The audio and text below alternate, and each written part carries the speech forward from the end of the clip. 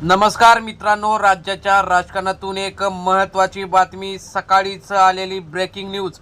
शिंदे गटाला आज सर्वात मोठा धक्का बसणार।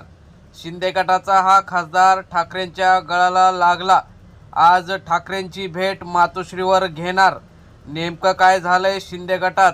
राज्यसभा उमेदवारीवरून कसं रणकंद माजलेलं आहे ते आपण सविस्तर बघणार आहोत। नाराजी कशी शिंदेंना भोवलेली आहे ते सुद्धा आपण सविस्तर बघूया। चॅनलवर जर तुम्ही नवीन असाल तर चॅनल सबस्क्राइब करून बेल आयकॉन प्रेस करा, म्हणजे रोज नवनवीन राजकीय तथा इतर घडामोडी तुम्हाला बघायला मिळतील। आपण सुरुवात करणार आहोत की नेमकं राज्याच्या राजकारणात काय चाललेलं आहे। महाराष्ट्राच्या राजकारणात पुन्हा एकदा मोठी खळबळ उडाली आहे। राज्यसभा उमेदवारीच्या मुद्द्यावरून उपमुख्यमंत्री एकनाथ शिंदे यांच्या नेतृत्वाखालील शिंदे गटात उघड नाराजी आता समोर येऊ लागलेली आहे। आणि विशेष म्हणजे यातील आता एक खासदार जो माजी खासदार आणि माजी मंत्री राहिलेला आहे तो आता ठाकरेंना भेटणार आहे आणि प्रवेश करण्याची सुद्धा शक्यता आहे।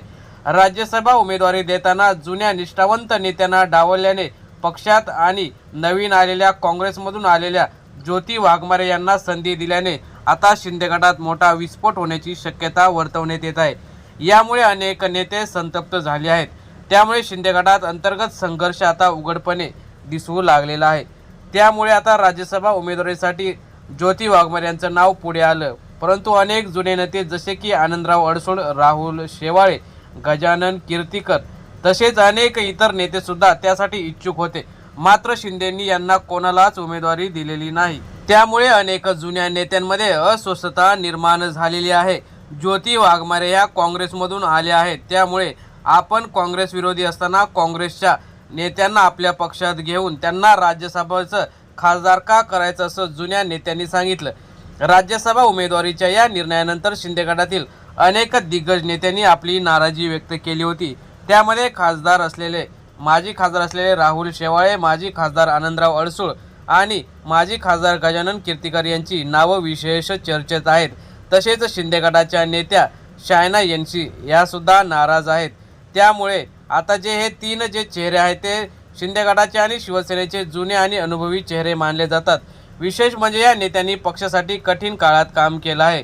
शिवसेना फुटीनंतर जेव्हा मोठा राजकीय संघर्ष निर्माण झाला होता त्या काळातही त्यांनी शिंदे गटाला मोठी साथ दिली होती, मात्र आता उमेदवारीच्या मुद्द्यावरून त्यांना डावललं गेल्याची भावना निर्माण झालेली आहे।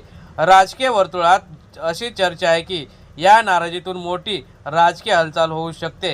राहुल शेवाळे यांची नाराजी दक्षिण मध्य मुंबई मतदारसंघ आहे, त्यामुळे तेथील ते महत्त्वाचा चेहरा मानले जातात। त्यामुळे शिंदे गटाला तेथे अनेक मोठं नुकसान होऊ शकतं। तर गजानन कीर्तीकर हे सुद्धा बाळासाहेब ठाकरे यांच्यापासूनचे जुने माजी मंत्री तसेच माजी खासदार सुद्धा राहिलेले आहेत। त्यामुळे त्यांचा सुद्धा जर त्यांनी ठाकरेंची आज भेट घेतली तर त्यामध्ये शिंदे गटाकडून एकच चुकीचा मेसेज जाऊ शकतो। राज्यसभा उमेदवारीच्या मुद्द्यावरून ते नाराज असल्याची चर्चा आहे। त्याचबरोबर एक महत्त्वाची माहिती आहे की आज किंवा उद्या कीर्तीकर उद्धव ठाकरे यांची भेट घेऊ शकतात।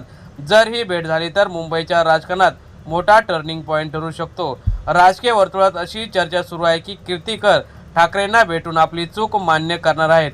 शिवसेना फुटीनंतर त्यांनी शिंदे गटात प्रवेश केला होता, मात्र त्यांचा मुलगा अमोल कीर्तीकर आधीपासूनच उद्धव ठाकरे यांच्या शिवसेनेत उपनेते म्हणून सक्रिय आहेत। याच पार्श्वभूमीवर जर गजानन कीर्तीकर यांनी ठाकरेंची भेट घेतली तर त्याचा अर्थ मोठा राजकीय संदेश घेतला जाऊ शकतो।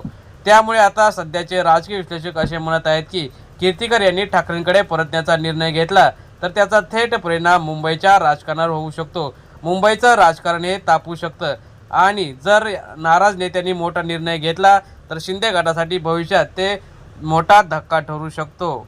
मित्रांनो, तुम्हाला काय वाटतं? या संघर्षात अनेक नेते शिंदे गटाच्या बाजूने गेले, मात्र जेव्हा खासदारकी देण्याची वेळ आली तेव्हा जुन्यांना डावलून एकनाथ शिंदे यांनी त्यांचा रोष ओढून घेतला आहे का? जर या शिंदे गटातील नाराज नेत्यांनी मोठा निर्णय घेतला तर महाराष्ट्राच्या राजकारणात पुन्हा एकदा मोठा राजकीय भूकंप होईल आणि यामुळे या घडामोडीचे परिणाम अधिक तीव्रतेने महाराष्ट्रात आणि देशात जाऊ शकतात। त्यामुळे आता राज्यसभा उमेदवारीच्या मुद्द्यावरून शिंदे गटात निर्माण झालेली नाराजी हा चर्चेचा मुख्य विषय ठरलेला आहे। त्यामुळे आता पुढील काही दिवसात होणाऱ्या राजकीय हालचाली महाराष्ट्राच्या राजकारणाचं चित्र बदलू शकतात। मित्रांनो, तुम्हाला काय वाटतं, कीर्तेकर यांना पक्षात घ्यावं का? नक्की कमेंटमध्ये व्यक्त व्हा. धन्यवाद.